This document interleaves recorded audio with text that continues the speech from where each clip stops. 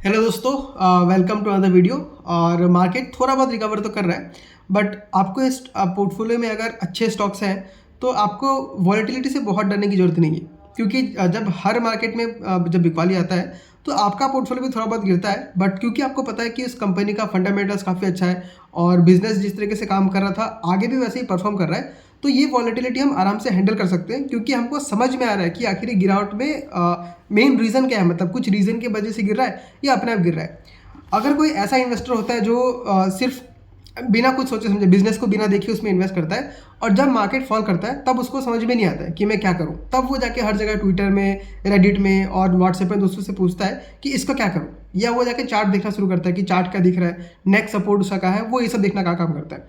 But हमें क्या, हमेशा बिजनेस के ऊपर फोकस करना है। तो आज मैं आपको ऐसे ही दो बिजनेस को दिखाने वाला हूँ, कंपेयर करेंगे एक्चुअली कि क्यों एक बिजनेस बेटर है और दूसरा बिजनेस खराब है, और क्यों एज ए इन्वेस्टर। अब देखिए, बिजनेसमैन वहाँ बिजनेस कर रहा है, वो फ्यूचर में जाके जो करेगा हमें नहीं पता, बट एज ए इन्वेस्टर हमें कंपनीज को किस तरीके से देखना चाहिए वो इस वीडियो में डिस्कस करने वाला हूँ। तो इस वीडियो को ध्यान से देखिए। जिन दो कंपनी के बारे में बात करने वाला हूँ वो आपका एक है ओला इलेक्ट्रिक और दूसरा है एथर एनर्जी। तो ओला इलेक्ट्रिक बहुत जाना माना कंपनी है। मेरे ख्याल से 90% इंडियंस ने नाम सुना ही होगा ओला इलेक्ट्रिक का। एथर का बहुत लोगों को पता है, बहुत बहुत लोगों को नहीं पता है। ऐसे नॉर्मल किसी पब्लिक को जाके पूछेंगे कि क्या आपको एथर के बारे में पता है, तो शायद उसको पता ना हो, क्योंकि वो अभी एक्सपेंशन में लगे हुए हैं, उनके बारे में उतना पता नहीं है। बट एज ए इन्वेस्टर हमें क्या देखना चाहिए, मैं पहले ये बोल देता हूँ कि ओला बहुत ही बेकार कंपनी है। मतलब ये मेरा व्यूज़ है, ठीक है, आप इसको दिल पे मत लीजिएगा। ये मेरा व्यूज़ है कि ओला बहुत बेकार कंपनी है इन्वेस्ट करने के लिए। अब वो कंपनी आगे कैसा करती है, जो भी वर्क इन प्रोग्रेस है, वो सब वाला अलग बात है। आज के टाइम पे अगर मैं देखूँ ओला और एथर में से, तो मुझे एथर पसंद है। अब रीज़न दिखाता आपको, ठीक है। ओला क्या कर रही थी, पिछले जब उसका सेल्स जब कर रही थी तो उसने पिछले साल में सेल्स किया था लगभग 5,000 करोड़ का। ओके, इस साल में उसका सेल्स घट के आ गया है 4,514 करोड़ का। अब यहाँ पे देखिए, ओला और एथर दोनों के दोनों ही लॉस मेकिंग कंपनी है। तो अगर कोई कंपनी लॉस मेकिंग कंपनी है तो आपको किस वैल्यूशन पे या क्या चीज़ देख के उस कंपनी पे इन्वेस्ट करोगे। नॉर्मल ऐसे कंपनीज का जो स्टार्टअप होते हैं, जो लॉस मेकिंग होते हैं, उनका ये बोलना होता है कि हम अभी कस्टमर्स डेवलप कर रहे हैं, हम बड़े बड़े लोगों को बेचना शुरू करेंगे और एक बार जब कस्टमर बेस अच्छा खासा बढ़ जाएगा उसके बाद हम उसको प्रॉफिटेबल बन जाएंगे, ठीक है। तो अगर अभी अभी ओला का मेन काम क्या है या इथर का मेन काम क्या है, स्कूटर बेचना, स्कूटी बेचना। तो अगर स्कूटी बेचना ही कम हो गया तो प्रॉफिटेबिलिटी का तो बात ही नहीं है, क्योंकि ये सब स्केल होने का बात होता है। जब आपका स्केल बहुत बड़ा हो जाएगा तो प्रॉफिटेबिलिटी अपने आप आता है। तो पहला मैट्रिक तो यही फेल हो गया कि आपका 5,000 करोड़ का जहां पहले सेल्स था पिछले साल में, इस साल आपका सेल्स 500 करोड़ से घट गया। दूसरा, स्कूटर का भी देख लें, अगर स्कूटर कितना बिक्री किया, तो पिछले क्वार्टर में ओला ने बिक्री किया था लगभग 98,619 स्कूटर बिक्री किया था, ऑलमोस्ट 1 लाख बिक्री किया था। बट इस क्वार्टर में वो घट के 50% घट गया और 52,666 जो ओला स्कूटर्स है वो उन्होंने बेचा। अब इसी के उल्टा एथर का देखिए एक्सट्रा आ गया था। पिछले साल का जो उनका Q2 था उसमें उन्होंने बेचा था 42,000 स्कूटर्स और इस क्वार्टर पे बेचा है 66,000 स्कूटर्स। और अभी जो Q3 आने वाला है वहाँ कंपनी बोल रही है और मतलब कि 90,000 के आसपास बेचेंगे, और मुझे ऐसा लगता है कि वो लोग 1 लाख स्कूटर्स भी बेच सकते हैं। तो एक तरफ आपको दिख रहा है कि एक कंपनी जो पुरानी कंपनी है, बहुत वेल नोन है, उसका स्कूटर का बिक्री घटते जा रहा है, और दूसरा जो कंपनी जो नया कंपनी है उसके बराबर का ही है बट उतना वेल नोन नहीं है, उसका स्कूटर का बिक्री बढ़ते जा रहा है। तो इसके पीछे का रीज़न, एक बहुत बढ़िया रीज़न ये है कि ओला के जो फाउंडर है उनका फोकस एक जगह पे नहीं है। पहले उनका फोकस था ये उबर की तरह एक वेबसाइट बनाने का। जब वो अच्छे से काम नहीं किया तो वो ईवी में आ गए, इलेक्ट्रिक स्कूटर में आ गए।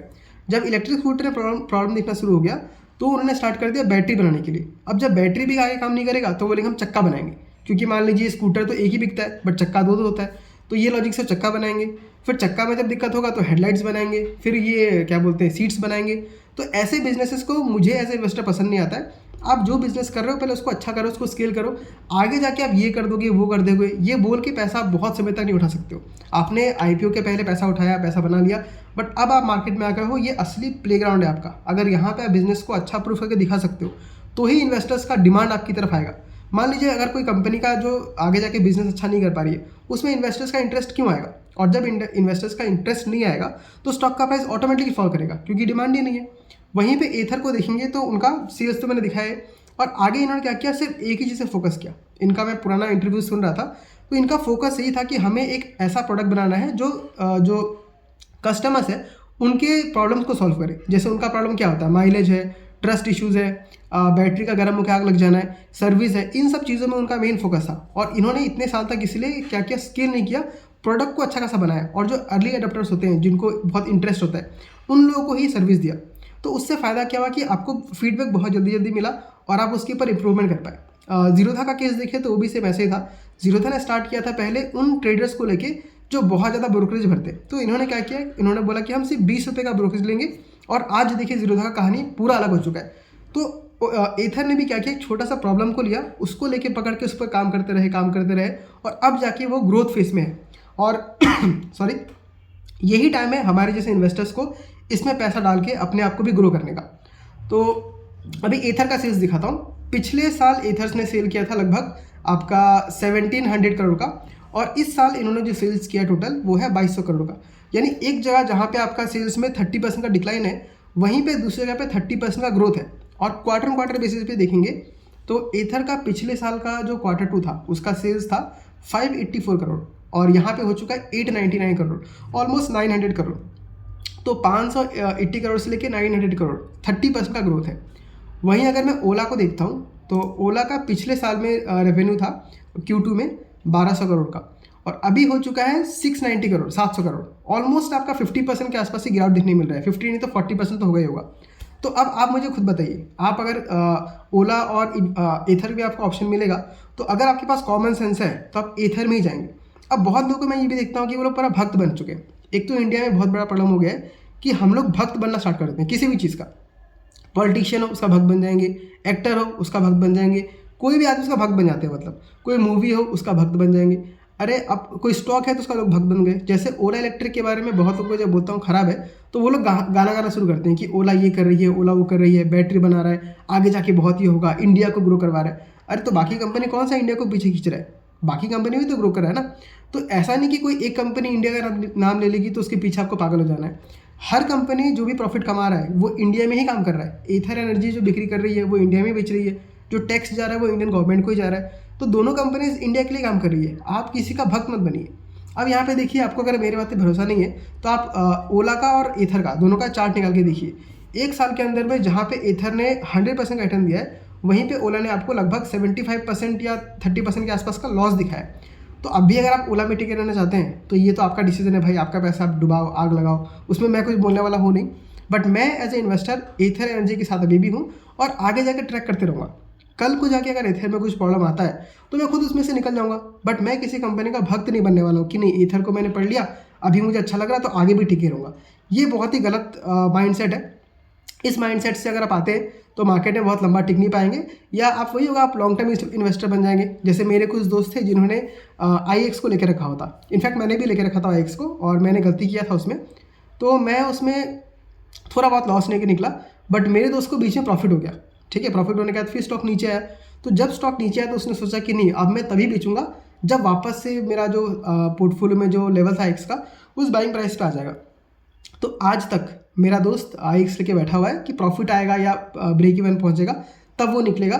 और NHPC लेके बैठा है, बेल लेके बैठा है, भेल लेके बैठा है, जो पिछले बुल रन के अच्छे स्टॉक्स थे, मतलब जिन्होंने अच्छा परफॉर्म किया था वो लेके बैठा हुआ है। तो इस माइंडसेट से बैठे रहेंगे तो आप वही लॉन्ग टर्म इन्वेस्टर गाना के बैठे रहेंगे, आपका पैसा आगे नहीं बनेगा। बट उसी टाइम में कितने सारे स्टॉक्स ने डबल ट्रिपल 4-5 गुना का रिटर्न दे दिया।